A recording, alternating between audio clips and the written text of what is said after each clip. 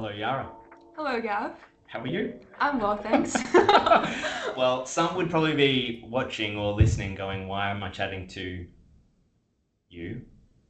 Um, the cool thing is, late last year, we sat down and we did our chief student entrepreneur interviews and we chatted to some incredible candidates who we thought would be up to the task of Mm. taking over from Jack Feng, who did an incredible job last year as our chief student entrepreneur. Shout out to Jack. Um, and it was really difficult because when we look back through all the programs that we run and some of the students that really stood out for what they've started, the attitude at our programs, and the way they're really committed to our community at Ventures, it was a really hard job. But after some conversations, many conversations back and forth, we got to a point where you were successfully chosen to be our next chief student entrepreneur. Why, So thank you. congratulations. Thank you very much, and thank you so much for having me here as well today. I think the biggest thing when we started to look at everyone had their own kind of journey in the way they kind of came into entrepreneurship. And the thing, I guess, that stood out along our conversations and, what we've learned about you, David and Mayu, and through the programs that we run, was actually just how you came about entrepreneurship. You came into uni and, maybe not thinking that was a path, and before you know it, you've started SeatFinder and done some other amazing things as well. So I thought would be a really great place to start as we talk and kind of people get to know you a little bit and why we think you're going to make such a great chief student this year is let's build it back. Let's go back to you came into uni. Sorry, someone is adjusting some cords. The next door. I will make sure that doesn't happen going forward. But this is obviously we're just recording this without worrying too much about all that stuff. So let's go back to you starting at uni. What are you studying? What was your journey like? And then let's get to where SeatFinder and I can just jump in and ask the questions. Yeah, it's actually really interesting because I think my journey probably starts even before uni. And looking back, it all makes sense now because even as a little kid, I had two really distinct obsessions. One was with flying, just like autonomously flying without even the use of an aircraft. And the second was becoming a billionaire. I know, like not even in the sense of like how kids usually say it. It wasn't even about the money. It was more about like the autonomy that you get with that position and building something that could potentially change the world and having ownership over it yourself. So, as someone who was, so curious as a kid, I like explored a lot of different fields and I was always kind of exploring the next big thing. I was looking at maths. Keep going. I'll be right back. Anyways, I'm talking to myself now. No, I can listen. Keep going. So, I explored a lot of maths and that led me to being accelerated through school. And because I was accelerated through school and was graduating a few years early, my parents had a lot of weight and had a lot of say about what my career path was going to look like. Because, I was 15, I needed to have a lot of insight into that. They recommended that I talk to a lot of their connections, so I had about 20 like different coffee chats with different industries, and I decided that law and computer science was probably the best path because it's really, really broad, so you cover every academic discipline, so it addresses that curiosity component, but also it has a lot of industry application.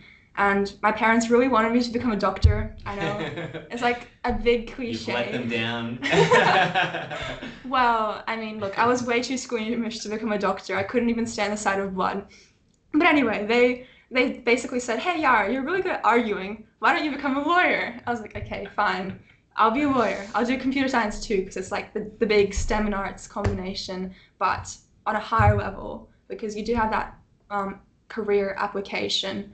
Anyways, so I start law and computer science, and I do a few internships. I intern at like a bank, I intern at a consulting firm, a few other smaller startups, and I was initially set on potentially investment banking because I heard that it was one of the most lucrative fields to get into. You could grow a lot of career skills. Obviously, you can also get paid pretty highly. You're with the best and brightest.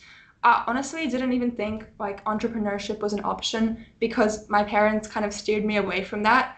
They themselves also were in the more professional areas, although my parents did do run their own businesses. My parents weren't as involved in that space. So I just went down that path, but ultimately I didn't feel myself as fulfilled in those roles. I felt drained. I don't know if it was whether like those areas weren't aligned with my interests, or whether it was the fact that I didn't have ownership over my work, or whether it was the fact that it was so repetitive or not intellectually stimulating. But ultimately, I felt quite drained in those positions. That's not to say that every position's like that. Maybe if it was, me working for an aviation company, there would be something that I would be interested in my first year. But that ultimately pushed me away from the traditional 9 to 5 corporate job, and that change started to become more evidenced in my second year. So I remember, I went from like very corporate KPMG to looking at startups and becoming more and more interested in AI as it became a bigger thing in 2023. And I realized that that was such a like amazing combination of all academic disciplines, because AI is inherently trying to imitate human cognition and thinking processes, and humans think across so many different disciplines, and it also is a feedback loop back into those fields, and has the impacts, like the potential to impact and influence every single field. So do you remember when obviously kind of it would have been very tough for you to start up your career, and I think a lot of students kind of struggle with that, right? Like, what am I going to do? And I feel now students are jumping between more degrees maybe than they did, back in my time. Not that I went to uni very, very, very long, but it feels now that, you go in, you can get a taste of maybe what you think, and then you can be adjusting and moving into something else. Was there one particular moment where, apart from sitting at the desk and being like, oh my God, what am I doing with my time? When you started to go, what else is there? Was there a book? Was there a podcast? Was there a conversation that really goes, hang on a sec, there is another way to kind of approach my career? Do you remember like a specific moment? I don't know if it was a book or a podcast, but it definitely aligned with my research into AI. Yeah. So that specific moment, I just felt that inherent like alignment with all my interests, since I was so across all the different like fields as a kid. And I just had this epiphany one day, like in like halfway through my second year, I was like, hey, I do want to have my own thing. This is something I'm really passionate about, because as a kid, I was always interested in everything, but I could never do everything and pursue everything in a career sense. So that actually caused like a massive snowballing effect. After that, I started waking up at 5:30 a.m. I started doing all these things, looking and researching into AI.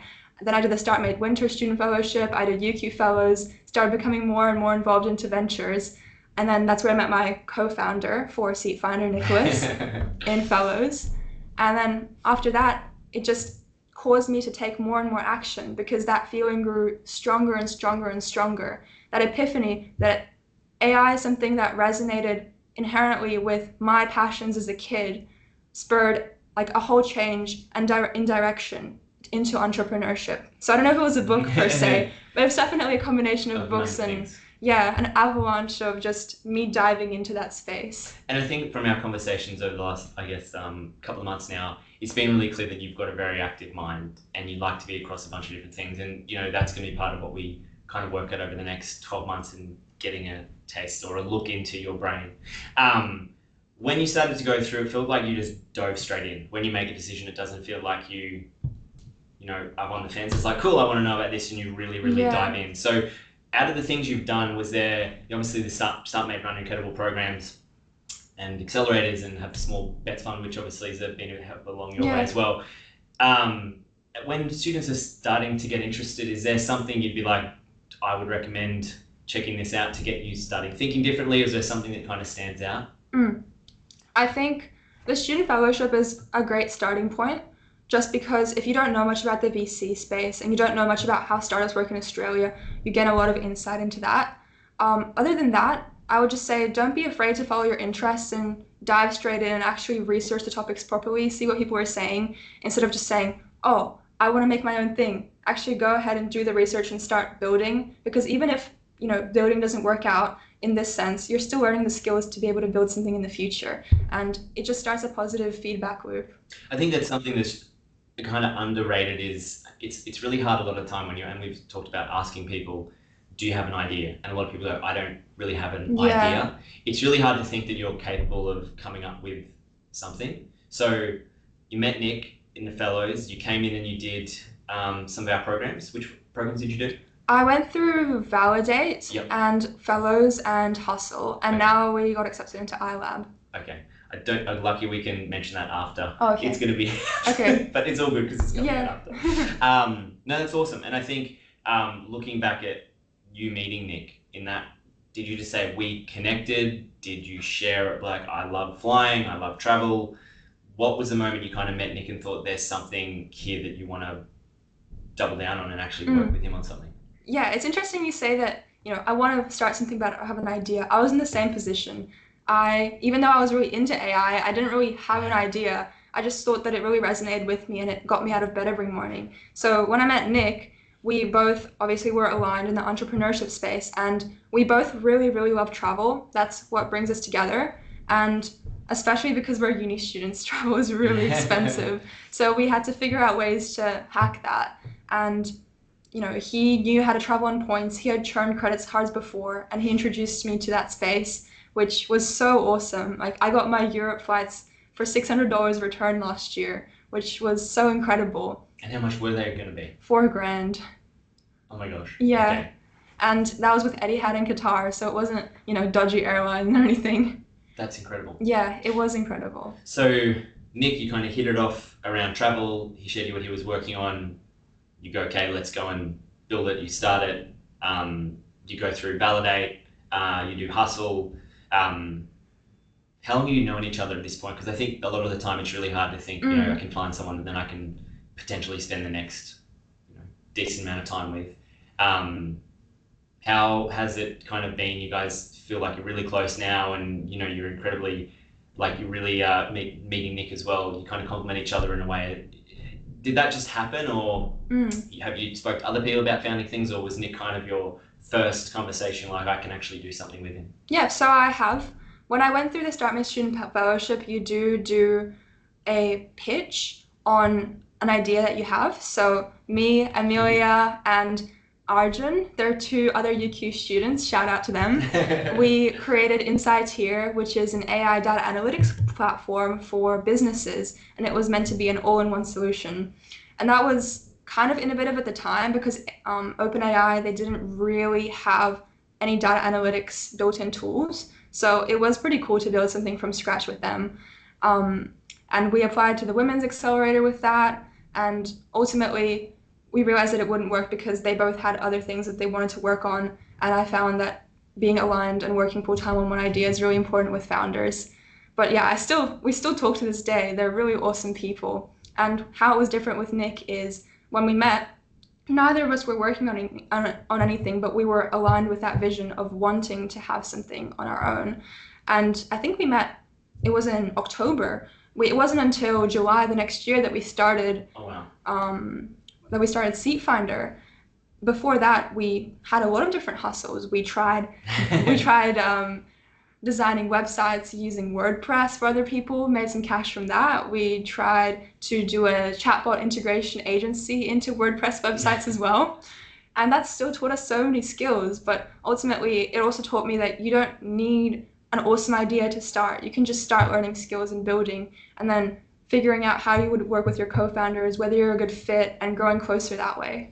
I guess it's one thing that's actually really interesting is a lot of the time when friends and myself are going to start things, sometimes you think this is the thing that's going to be the thing. Yeah. When a lot of the time when you kind of look at your career and, your life, you look back and you go, well, like you've just said now, it's all felt like it's kind of come together in this really strange way where you're sitting there like, oh, all these things kind of now make sense.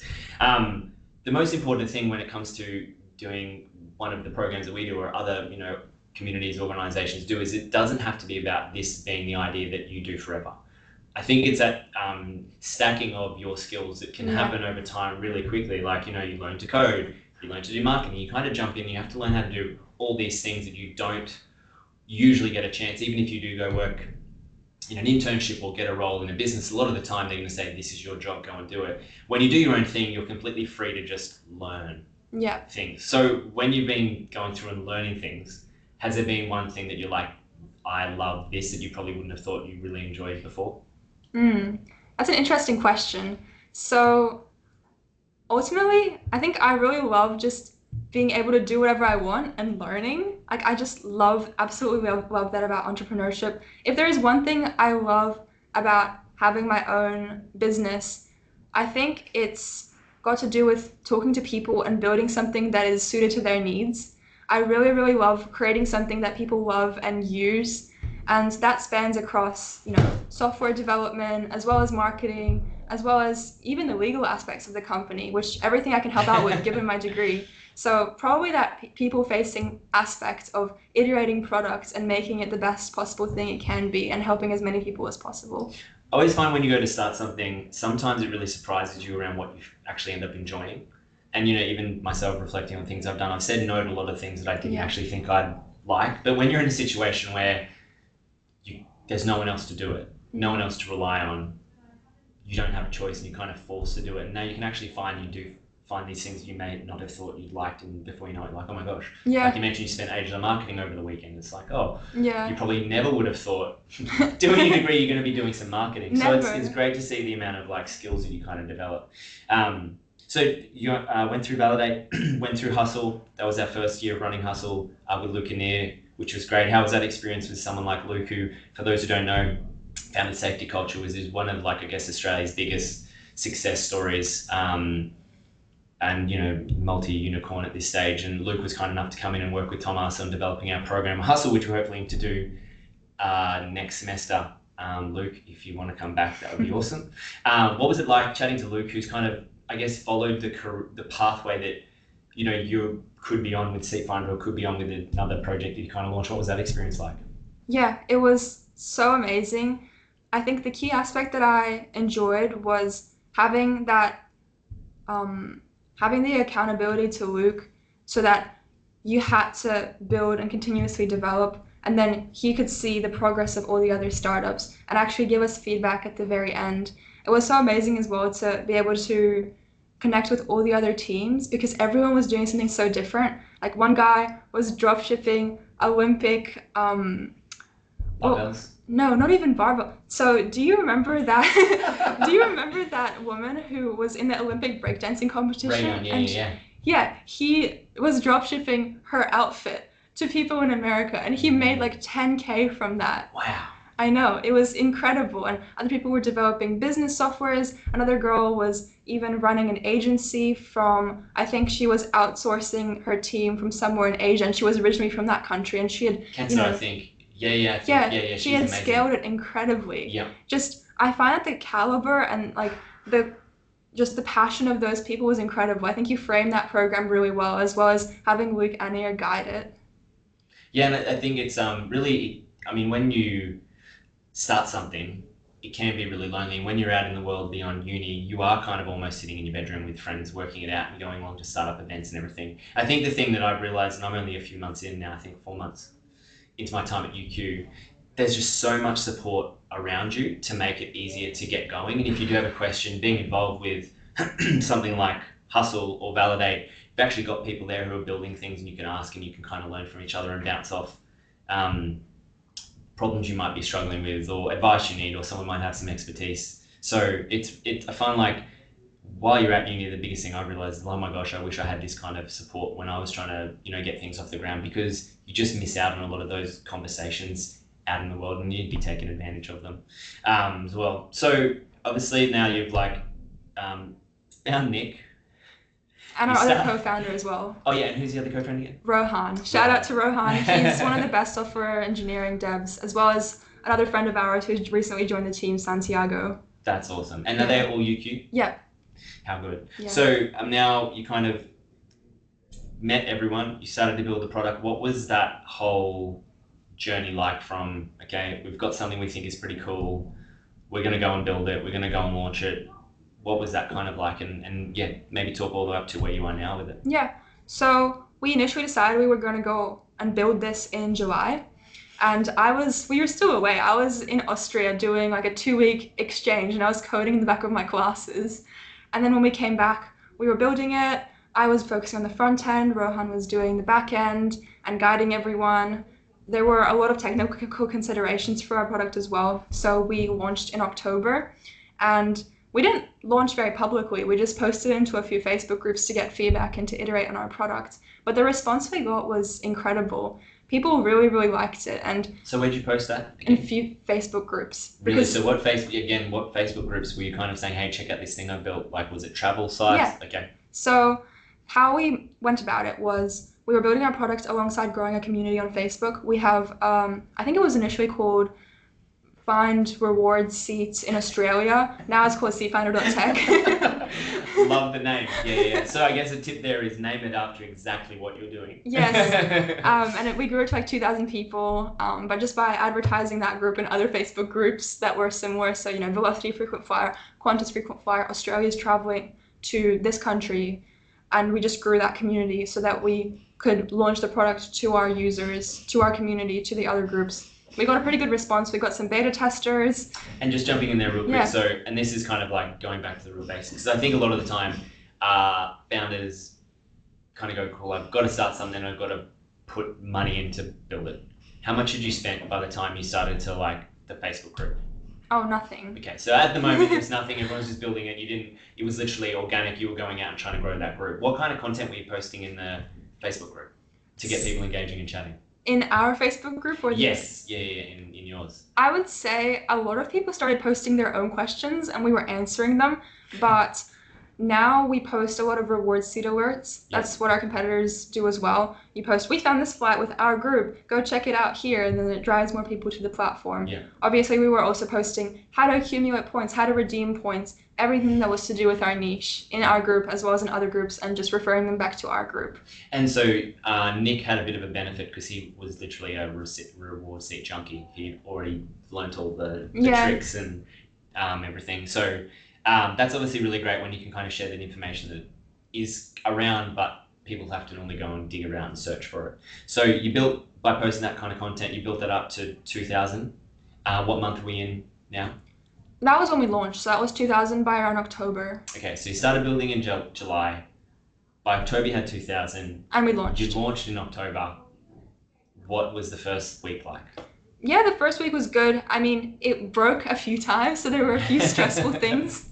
And we realized that if you buy a yearly subscription, then it only gives you like access for a month. So some guy paid $150 and only had access for a month. So we had to change that manually without telling him because he was our first yearly subscriber. That was really stressful.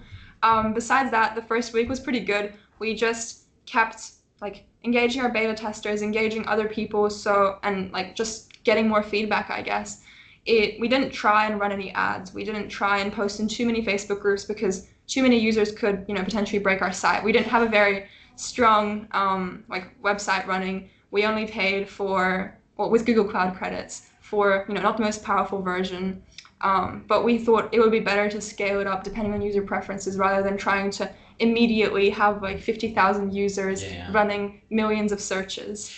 So when you were doing your bit of feedback, what type of questions were you asking? You were sending emails or jumping on calls, or what was that like? It was pretty informal. So we had a group of beta testers. Actually, the forum closed within an hour because 70 people applied to be beta testers. That's awesome. So we picked the top, I think, 10, and we just said, hey, you can try this out for a few days. We're looking for where we can improve in terms of the search, in terms of the homepage, just any other features you think you can add. And then once they gave us pretty detailed feedback because they got it for free, we asked follow-up questions and implemented those features, pushed them out really quickly so they can continue iterating the product with us. And how'd you balance up? I mean, my mind's kind of going to like getting really deep on like balancing all like what people thought they wanted versus what they needed, which is obviously something you can get caught in forever because what's the saying? It's like people don't know what they want as much as you've got to figure out what's the best way to deliver them in what form. So they could have asked for one particular thing, but actually the solution was something completely different than what they're asking for. In those initial parts where they're shooting you with the 10 people, hitting you with feedback, how did you go, oh, this amount of people had said this is an issue, let's attack this one first, this one we don't think is an issue, this is going to stop people using it? How did you kind of say what we're going to do and what we're not? You didn't just do everything? Well, we did try and do a lot of it, because all three of us are technical. I was coding a lot, Rohan was coding a lot, Nick was talking to them a lot and also coding. So we did try and implement as many as we could that were technically feasible just because we thought our users knew what was best. but some things that were too technically challenging we didn't implement. And if it was one person asking for something, it would have most likely less weighted priority than if other people, like 5 people, were asking it at one time. It was also quite easy to see what we were missing by looking at our competitors, because we wanted to build something better than our competitors. Just having specific features that would be a no-brainer that we had just missed would be, quite justifiable to add. And now, just jumping right back, you're in your coding and everything now. How long did you be coding for at that point? So at that point in October? Yeah. Well, I do computer science, so I would say I have experience coding for 2.5 years. Yep. But I'd never coded in React before this. Yeah. I'd never coded a front end, and I was very upfront with my founders about this. I don't know what I'm doing, but I'm going to give it a go. Yeah. Yeah, I mean, it seemed to work. We did hire a designer, Aaron, shout out, to revamp our homepage a little bit, because I was focusing on it from a functionality perspective rather than a design perspective. Okay. Yeah. But yeah, I was coding, July, August, September, October, 4 months on the front end, and it was still so much I didn't know, so much I was learning. It was extremely time consuming. So I'm forever grateful to our software developers who now understand way more than I do, and I can still contribute and do a React course. Yes. But contribute not in a fully like 10-hour-a-day sense. That was extremely stressful.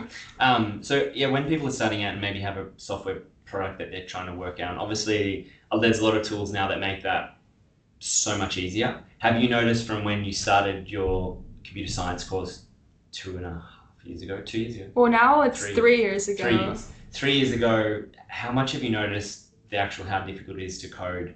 Because that feels like it's been the biggest jump between when you kind of started. You would have almost touched on the side of, there's not really a lot of AI helping, to now when it's like there's a bunch of AI. Or have you not noticed too much of a difference?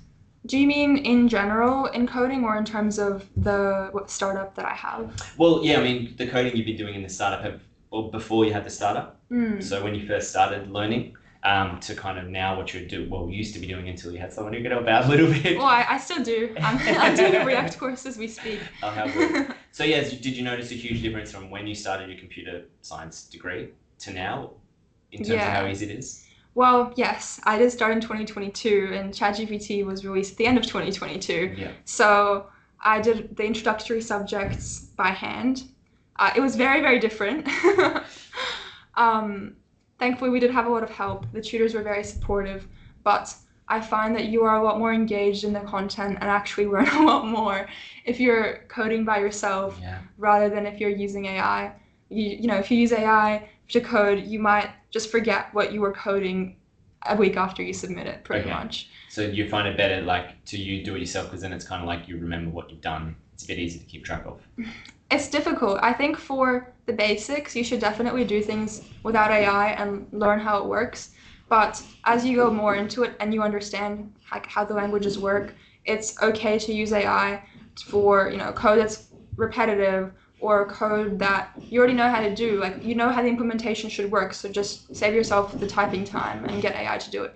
As long as you actually understand how it fits into the framework of everything. Okay, cool. No, I guess I ask because a lot of the time when we're starting projects and invalidating curiosity, a lot of, students who come in maybe want to build something technology related but haven't done or understand kind of the coding piece. I think it seems now like it's really just about starting and learning. Like you're a constant learner. So go start a React course or whatever you want to build in. So you get to the point, you launch it, you've got some feedback, and then you kind of relaunch again with it opening up to everyone, or what month did you kind of do that? Yeah, so also just to mention, you don't need to do a React course. There's plenty of no-code tools as well, and if you're building something that's not as technically demanding as this and you just need a website, feel free to just use Frame, or feel free to use no-code tools. They're also really, really good. You might just need to, brush up on a few basics, that's all. In terms of Seat Finder, we opened it up to an initial batch, and then we shut it down, I think, after 50 to 100 users, just to iterate on their feedback, and then we opened it up to everyone. It also helped generate a bit of suspense. Besides that, we had to stop marketing a few times for potential exclusivity deals with big travel companies. But other than that, we've been marketing semi-consistently Facebook group, Organic Marketing Permitted, because there are some rules against organic advertising. I mean, self-promotion. Yeah. But we've managed to like fit into that for now. Oh, that's awesome. So where, at what point did you end up going to this? It was the Startmate Small Bets Fund. Yeah. When did you kind of submit the application? You're obviously still in touch with the fellows, and I'm guessing that's how it kind of came about. Or when did you kind of submit to be kind of considered for that investment, which is how much? 25,000. Cool. Yeah, so that was pretty informal. I think Nick found it, or we just got an email about it because we had done the StartMate Student Fellowship. That was around October, I think. Okay, so pretty much just near when you launched. Near when we launched, yeah. It did take a while for us to submit all the legal documents. They have a few requirements, so we had to incorporate and everything. So we got the funding around early December. Okay. But yeah, they were really keen. We talked to some amazing people, and they just said, "Hey, look, we back you as founders, and it seems like you've got a good product going. You have revenue." So yeah, it's pretty informal, to be fair, compared to the StartMate Accelerator and other programs. But they still definitely have some support and community around it. That's awesome. And I think the first iLab class Tyson just mentioned is it starts tomorrow. Yeah. Okay. So are you looking forward to iLab? Like, was that a no-brainer for you to go and do iLab, or like why do you want to do iLab? Yeah. I mean, I think I just wanted to be more engaged with the UQ community. Just as having done fellows, having done Hustle, iLab seems like another natural step. And it's something that I've heard about since first year, and it, now seems like the perfect time to jump into it and do it. I think the fact that we already know so many people who have gone through iLab and the people who are running iLab also solidifies my decision. I'll be at UQ for another 2 years. So yeah. I figured, why not just actually involve myself with UQ founders, build up that ecosystem, as well as better my product, do the iLab pitch night. That sounds amazing. They get like 500 people. It's incredible. And just get amazing mentorship from people every week. And I think that's the coolest part of me coming into UQ. I've realized like there's a real clear pathway, and it means that there's almost like these milestones that you can hit when you go through. And that obviously depends if you're going to go start your own startup or company. Yeah. And this year for us, it's really also about making sure we can cater to the people that can then go work in businesses like SeatFinder as well. Yeah. So excited for this year to really start focusing on entrepreneurship and where we can actually find really great talent. Maybe don't feel like they've got an idea, but we look at what's happened with Canva or any of the local companies. They've had great people who've gone and worked for them, and then they've gone and started their own thing after getting that experience and getting that taste of what it's like kind of working in that kind of environment. So you start iLab. What's the rest of the year looking like? Like, we've had a couple of conversations about a project that we'll have a little bit more information on really what we want to start doing. And I think a big thing for us with the Chief Student Entrepreneur is how do we get them to start leaving their legacy and something they can leave behind. And I met Jack before working at UQ, and Jack's being such an incredible person, really come in and get a sense of what he made his role as chief student. I think it's really going to be fun to craft what you make the chief student. So apart from the awesome stuff we're going to be doing, and we're going to get out and about and running the programs, getting involved where we can, what's this year look like for you? Yeah, this year for me looks like being in my penultimate year, which is exciting and scary at the same time. Also, just engaging with all the different faculties. Gav and I, we've talked about just trying to, spread the word about ventures, but also make sure that the cycle comes back to iLab companies. So, for example, if you were to do a marketing course, you don't want to do a boring case study on Glencore, for example. It might not be boring, but it might not. Glencore, we didn't. No hate. It might not just. They might just not use it, but we want something with tangible impact for UQ companies, and in that case, I think that idea is really awesome because we have real companies who need real help in iLab. And I talked to one of my friends this morning. Actually, her mom just went through the Women's Empower Accelerator, and she said, a lot of these people, they're ready to hire others, but they're just too scared to ask. They just don't feel ready. So if we were to have that, interconnector through various courses, I feel like that would be such a massive help. Totally. Well, yeah, and I think there's a lot of things that we're working on and trying to restructure and look at to make sure we can do a better job of engaging with the students and telling that whether you do want to start your own startup, your company, whether you do want to go work in one, which we've got through Startup Big Venture, which is an incredible opportunity that Fee runs. I think for us now, it's very much just making sure we're not just about having to go start your own business. Every startup needs incredible people working in it. So hopefully in years to come, you can be hiring some more UQ people. Yeah, that would be amazing. We actually do have some interns from UQ. That's so good. And that's definitely what we think that we're seeing, getting involved with ventures does when we, there's such incredible work of getting some groundwork together. And when we just start putting these little pieces back together, I think we can create this really amazing network where we can have people who come back and we can highlight incredible people who start their own thing or work within those companies as well. So with Seat Finder, we'll go through iLab. That's that year taken care of. You've got 2 more years. One after this year. Yes. Yeah. So 2 more years. And then who knows? Who knows where we'll go? where you're gonna go? I think a big thing is we'll be able to share a way to get in touch with Yarra over the next year and find ways where we can kind of get people, and we'll obviously get you out and about doing a lot of intro talks and really chatting to students, because I think your story is one that's really what we would love to share more. That you may go in thinking your career can be one thing, but before you know it, you're exposed to a few different ideas, and you've raised money now, you've started your own company, and it is possible. It's just sometimes about just being open to new ways of thinking what your life looks like, which I think you're a great example of. So congratulations on the chief student role. I'm super excited to be working with you on it and everything you've done with Seat Finder, and I can't wait to start seeing these blogs you put together and really start to see some of the stuff that you're interested in. I think it's going to be great to share with everyone. So thanks so much, Yarra. Thank you so much for having me, Gav.